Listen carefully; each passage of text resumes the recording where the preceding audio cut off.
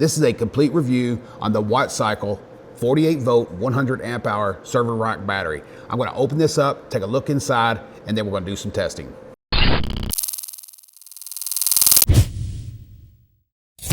Welcome to the Solar Pit. I'm Justin, and I'm passionate about trying to help you go solar. So if you're looking for videos that might help you build your own solar system or just reviews on components of a solar system, you found the right channel. Also, I do everything from full home installs to testing portable power stations to open up batteries like we're going to do here today. So if you're into that type of content, consider subscribing to the channel and be sure to like the video if you find any value in this today. So with that said, let's get started.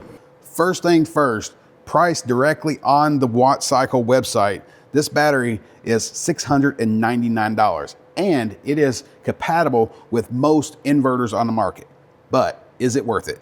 In the box, you'll receive the battery, a set of number 4 short wires for connecting batteries together, the 1 ground wire, which is a number 14 gauge wire, the handles, the terminal covers, the communication wire, the brackets, fasteners, and the user manual.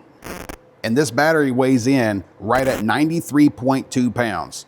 The overall dimensions are about 5 inches tall by 17 inches wide without the brackets and handles, and 19 inches with both of those. The overall depth is 18 inches without the handles and 20 inches with them. And the terminals are screw terminals that looks like M10 boats. The communication ports are CAN 485, console link, and the link in and link out ports for connecting multiple batteries in parallel. There is a push button on and off switch on the front. The battery is equipped with a nice LCD screen that offers a lot of information for monitoring the battery, so that you can check the individual cell voltage and the temperature to make sure that the cells are balanced and that they're not overheating or too cold. You can see current active alarms and check history. View the chart data and set the LCD settings, or manage the communication parameters with the BMS to the inverter. It can communicate with a lot of inverters that are sold here in the US and Canada. In a little bit, I'll show you how when I connected to the Fortress 6.5 solar inverter, it was as simple as plug and play. I didn't have to do anything. It just started communicating immediately. Here is a list of the inverters that it will work with, and I have confirmed that it will work with the Lux Power inverters as well. There is a dedicated 125 amp breaker on the front also for added protection and for turning the terminals off if needed. Here's a quick look inside the battery. Now this is not a complete teardown, but rather a sneak peek of the build quality from the inside. Note that if you open the battery up like this, it will void the warranty and there is a possible shock hazard. Looking inside this battery, it is well put together. I like that the relief clamps are on all the battery connections, something that we're seeing on most batteries today. Also, every terminal is precisely welded, as you can see here in this close-up. I see 16 vents with the proper vent protection covers also.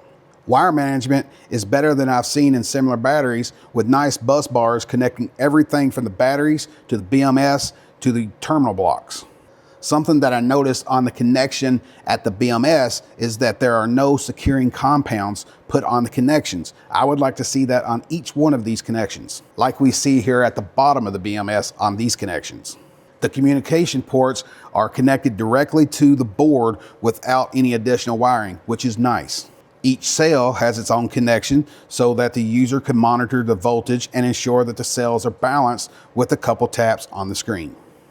Here's the BMS. It's labeled wattcycle BMS, but it does resemble the TDT BMS units. This battery is not equipped with a heater or Wi-Fi module, but if we look closely on the BMS, you'll see a couple ports labeled heating, release, and Wi-Fi. Although not 100% necessary, I would like to see some quality check marks on these terminal screws, just to ensure that each boat received a quality torque check during manufacturing. These protection plates are nicely placed and secured into position with no way of moving around.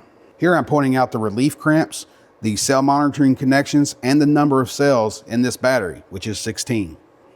You can see that compound I mentioned earlier on the power switch, which helps secure the connections. I should mention that this battery is a 100 amp BMS, and I will be putting that to the test in just a couple moments. But first, let's take a look at what two of these batteries connected together would look like. I would like to mention that the screen protection is plastic and it feels flimsy. You can see here when I'm pressing in on it that it does move rather easy. But I never experienced any issues with this during my testing, and the touchscreen worked perfectly. But if you're going to be using this on a daily basis, then this might impact the durability for the long term.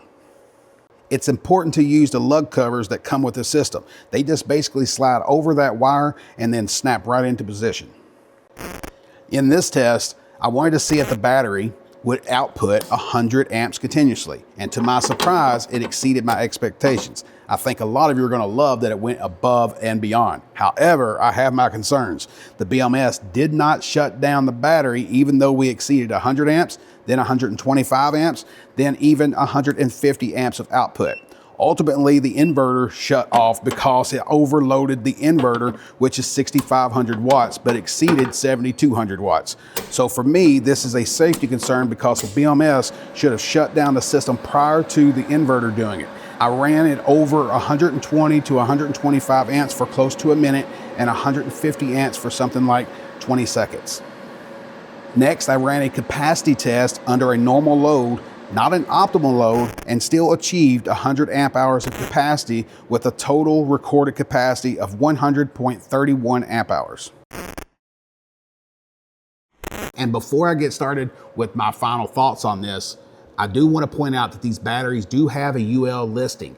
Now, whether that UL listing is compatible with what your jurisdiction requires is something that you have to reach out to your electrical inspection or your builder department and make sure that those are compatible before trying to connect the system to the grid. So you have to have the proper certifications.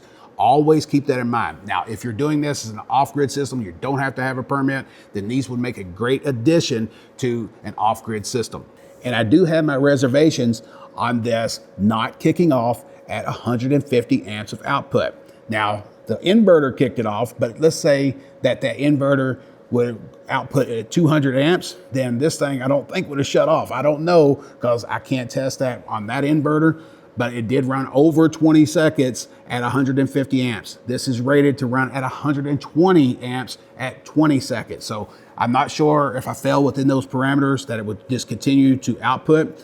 If I can get it to 200 amps, then this would hold for 2 seconds, but I have no documentation that shows me what would happen at 150 amps. So you gotta take that with a grain of salt. I can't say for certain that this failed that test because I was unable to test it at 200 amps with that inverter, but I do have my reservations that it did not shut off at 120 to 125 amps for over a minute. And I gotta admit, at $699, this is a pretty good deal, especially if you factor in the discount code I'll have in the description below to help you save even more money. It does help out the channel. I do make a commission if you purchase these batteries or anything from my channel. I'm not trying to have that. I am just trying to provide you with an honest review on the batteries. And if I find things that I don't like about it, I'm gonna let you know about it. Or if I find a product that absolutely blows me away, I'll let you know about that as well. But I'm not trying to sell you on anything. I'm just trying to provide you with an area where you can save money if you are interested in these batteries. And one quick reminder here, if you haven't already, smash the thumbs up button if you found anything helpful in this video, and I hope to catch you in the next one.